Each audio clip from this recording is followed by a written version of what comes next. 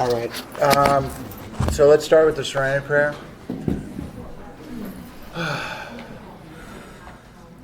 God, grant me serenity to accept the things I cannot change, the courage to change the things I can, and the wisdom to know the difference. Could somebody time me? Thank you. You got it right there. Thank you. So I have my these are my pictures. And my name is Richard, and I'm a compulsive eater. And like you all, I weigh and measure 3 meals a day from the Greysheet. I write them down. I commit them to my sponsor. I don't eat between no matter what. And abstinence is my primary purpose today. And I was sitting at Rich, can you wait till they're done moving around? I was on the Pacific Coast Highway on a Sunday evening coming back from the Malibu retreat when I got a call, and it was a 203 area code. And I don't even remember the woman's name, but she said, "Would you like to speak at one of the Saturday breakout sessions at the Connecticut Retreat?" And whenever I'm asked to speak, I feel extraordinarily grateful because this program, Greysheeters Anonymous, has changed my life 180 degrees. Not 360 degrees, because that would mean I'm back where I started. It's 180 degrees. So, I've been absent since December 3rd, 2012, and I have a sponsor, and she has a sponsor, and I have a home group. It's the Harlem group in Manhattan, and if you ever want to come to the best meeting in Greysheet, except for the Westport meeting, we meet every Saturday from 2 to 3:30, and we, believe it or not, we actually get together at 3:30 immediately after the meeting, and we all have lunch together. And it's really special. And so, you have to eat breakfast a little bit later on a Saturday if you want to have lunch with us, or you could just, be hungry, Some people, I know like to eat breakfast at 6 o'clock in the morning, but it's really special for us to get together and eat lunch together at 3:30. And I was asked to speak about practicing these principles in all my affairs, and the book says that it says a lot about this. It says that we have to be the Good Samaritan all the time. We have to practice these principles in our homes, occupations, and affairs, and it says those 3 places. So, I can't be an asshole at home. I can't be an asshole at work. And I just can't afford that. But, I certainly have really grown a lot in this program. I'm the guy that, I got sober, and I didn't even really realize how selfish and self-centered I was until I was about 6 years sober in AA. I knew I was kind of like, stunningly self-absorbed, but the selfishness and self-centeredness on, which is where I am without this program. I'm the guy on pages 60 to 61. I am the guy who's constantly trying to rearrange the scenery, the lights. I'm trying to be the director. I'm trying to control everything. That's my problem. My problem is that I could be really nice, and why won't you guys just do what I want you to do? Can't you see how it's going to be much better if you just go along with everything that I'm saying? So I could be really nice, and my motives could be totally pure when I do that.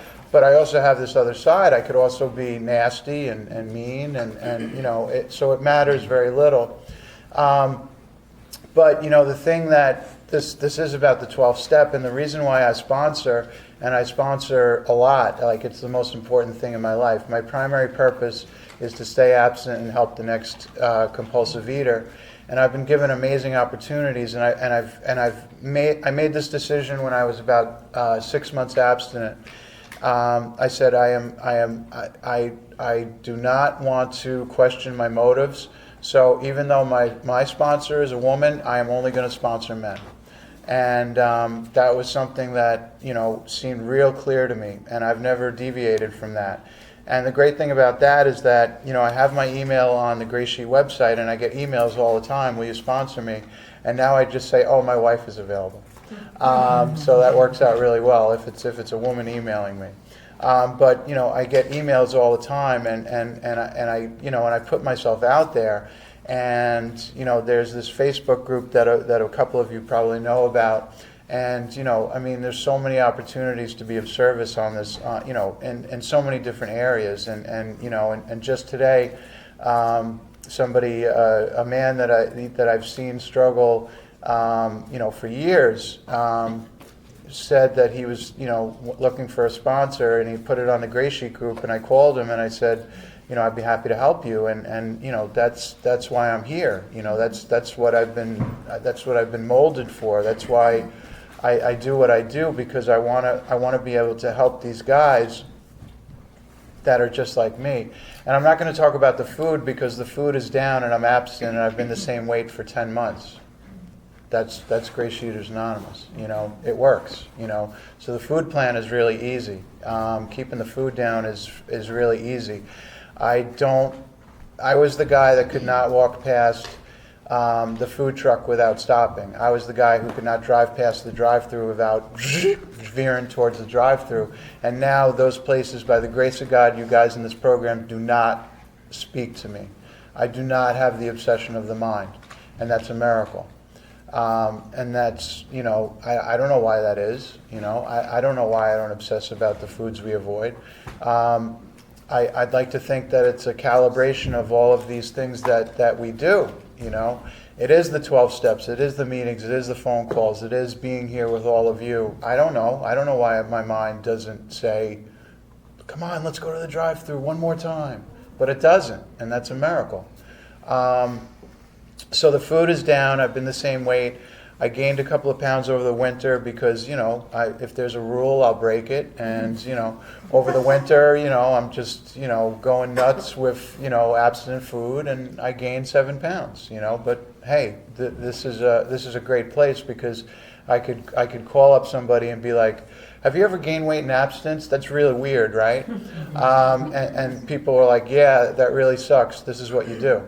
But that's not what this is about. This is about, practicing these principles in all our affairs. And one of the things that has just gone on, just this Friday, what really, kind of made me pause and caused me, an incredible amount of guilt, was that I'm a teacher and I called in sick on Friday. And the reason I called in sick is because I have this very complicated relationship with my principal. And I felt so astonishingly guilty calling in sick. And then I asked my sponsor, I said, hey, do you have any guidance about, lying? I'm lying. I'm calling in sick. I'm lying. I'm not sick. I'm sick in the head, And several people said to me, well, technically you are sick, so you can't, have you seen some of the things you've done? And, but I felt really, really bad about calling in sick, but the reason I had to call in sick is because of this whole, thing that I got that got the ball rolling. So the reason I'm here right now, abstinent, is because my boss, my principal, when I was living in California, dying in the food, I called her up and I said, I'm dying, I'm broke. Is there any way you could get me back my teaching job? And she said, yes, I'll try to get you back. So this wonderful woman that, went through hell and high water to get me back into my teaching job, and she got me back into my teaching job, and on the very second day that I was back in New York, December 3rd, 2012, that just happened to be my second day, December 4th, that just happened to be my second day of abstinence. So I owe her my life, my salary, my apartment, the fact that I'm married now is because of her. She got me back to New York, and I'm safe and sober and sound. and I'm sober in the food. So what happened is that she tried to get me back, and she got me back, and what happened with her is that she had an expectation, and I'm taking her inventory because it makes my point. She had an expectation that if she brought me back, I should really be, like a superhero. I should really be a really, really good teacher. But I was newly abstinent, and here's where I make the excuses. I was newly abstinent, and I hadn't been teaching for a year and a half. And when she brought me back, I was rusty, and I wasn't really capable of being as good as I was when I was teaching before. So I was rusty, and I had a learning curve because the system in New York had changed radically while I was gone. So her expectation was that I'd be really good, and I wasn't as good as she thought. And she started to really pile it on me. So one of the things that happened in October the following year was that I asked her to take off a couple of personal days so I could attend an AA event in Las Vegas, and I'd already bought the plane tickets, and she turned down the personal days. And I said, what are you talking about? And she said, well, if you were going to an English teacher convention, I could allow it, but I just can't let you take these personal days. So I already know that she's going to turn down my personal days, so that's why I called in sick. And what had happened is that she had, when she brought me back, she was the assistant principal, and then that September she became the principal, and then suddenly my bestie, who was the assistant principal, became the principal. So now our relationship has totally changed, and I don't even know it. And I want to still be, as thick as thieves with her, and I want to be her bestie, and I want to go in her office and commiserate, but I can't do that anymore because now she's not the assistant principal, she's the principal. So I have to practice these principles in all my affairs, and then she has this expectation, and she's also spiritually sick, and I don't even realize this because she's just become a principal. And I'm so inconsiderate, I can't possibly see that the pressures on her must be amazing. All I can see is, why doesn't she like me anymore? So we go on like this, and she piles it on, and she puts letters in my file, which are disciplinary letters, and she tells me that, I really need help, and I'm not very good, and, and all this stuff. And I'm like, no, you don't understand. I'm a good teacher. I just got to find my way again. And she really, really just makes me feel like I'm no damn good at this. But she didn't make me feel like that. I made myself feel like that. And I didn't realize that. And then that was last year, and then this year came, and then I suddenly was rated effective because I'm a good teacher. I just needed to find my way. And then I hear that she's really not happy that I was rated effective because she was rated developing. So now she's got two grudges against me. So we continued along in this year, and our relationship is drifting more and more apart. And what it all comes down to is I'm afraid to ask for a personal day when I need to go on a retreat because I'm afraid she's going to say no. So I call in sick. But what happened last week is that you ask anyone that I work with, God, why does she have this grudge against you? And, everybody could see it, and there's other people that she has, cantankerous relationships with. So it's not like I'm alone. I'm not playing the blame game here. But what I have to remember is that she's a principal and she's got a lot of pressure on her, and she also, it's very likely, is a spiritually sick person because most people who roam the face of the earth do have some spiritual sickness in some way, shape, or form. And, how it manifests for them might just be, confusion or I don't know how their spiritual sickness manifests itself, but the difference between normies and us is that, a normie could have a really bad week and drink a bottle of wine and have an Italian carbohydrate on a Friday, and then Saturday morning they wake up and they're a little, hungover, and then they don't do that again, but I do that again. That's the difference. So I was finally able to see with real clarity in the last 2 weeks that this relationship, I remember sitting here a year ago in the meditation in the morning and just thinking about this relationship and what could I do to fix it and what could I do to make it better. And the simple fact of the matter is she might not ever like me again. And that has to be okay. But when I spoke to my union rep, that she's called the chapter leader, and he's talked to her a lot about this, and I think I finally got some clarity about it a week ago, and it's what I just detailed to you. I think that when I came back, she had an expectation on me that I just didn't live up to. And you know, when you have an expectation, we know what happens when we have expectations. It turns into resentments, and there's nothing I could do about that. She wanted me to be up here, and I was here, and until, you know, I could be everything to her, the perfect teacher, then I was never going to satisfy her. And I'm taking her inventory, but that's just what I need to go on, because there's nothing else I could do. I can't change her. I can't make it, you know, all I could do is do the job that I do, which is a good job, obviously, because I was rated effective last year, and I'm going to be rated effective this year. So I'm doing something right, and now I feel confident, and I just have to realize that, you know, not everybody in this life is going to like me, and it even hurts more when there's somebody that used to like me and now they don't like me. That's even harder. But I have to just keep going on, or I have to change schools. But why would I want to change schools? I'm doing a lot of good here. So I have to decide, can I be comfortable with this administration when I do have one administrator who likes me and supports me, and she tells me, she said, you did a good job. And that's all I want. I want somebody to say, you did a good job. And I have another administrator who just happens to be the principal, the top. Yeah. That was 15. Thank you. And what I have to do is I have to realize that this is just, it is what it is. And there's nothing I can do about it. There's one other thing. If you could just let me know when it's 20. There's just another thing that I just wanted to talk about, and this is all God. This is all program. In 1994, I asked my godfather, my uncle, who I thought was, you know, somewhat supportive, but I was so delusional back in those days. I asked him for a big favor, and he wasn't able to show up for me. This was one of my biggest resentments when I got sober in 2003. He was my godfather, and I had an expectation on him that he would be there for me, but he wasn't, because he's a drunk. And it took me many, many years for me to realize that you just can't, there's people in my family that I just cannot depend on and rely on because they're drunk, and that's just the way it is.